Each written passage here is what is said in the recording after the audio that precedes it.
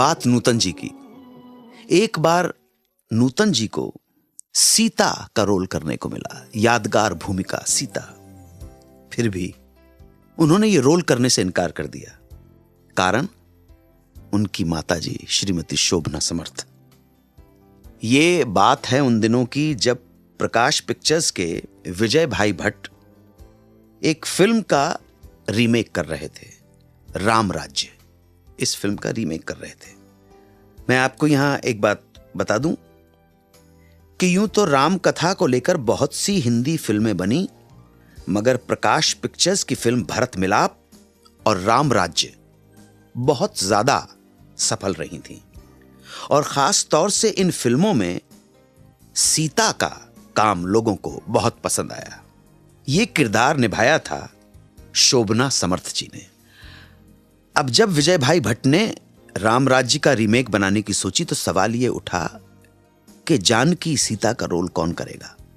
जाहिर था शोभना समर्थ फिर से सीता नहीं बन सकती थी अपनी एज के कारण।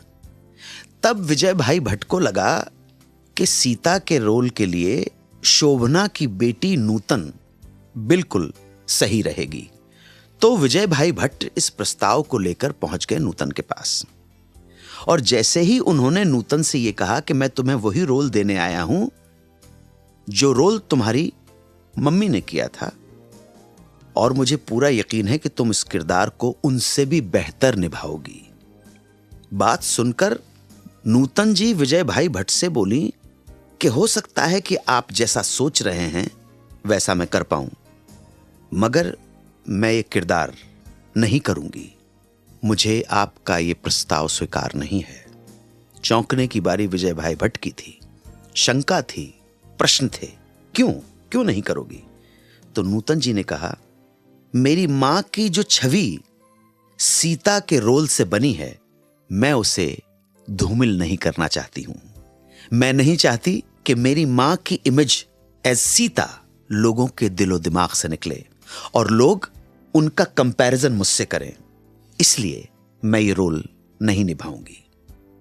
ये एक बेटी के हृदय में आदर था अपनी माता के लिए। यह सच है कि नूतन जी ने पर्सनल और प्रोफेशनल फ्रंट पर कभी भी अपनी माताजी से कंपटीशन नहीं किया।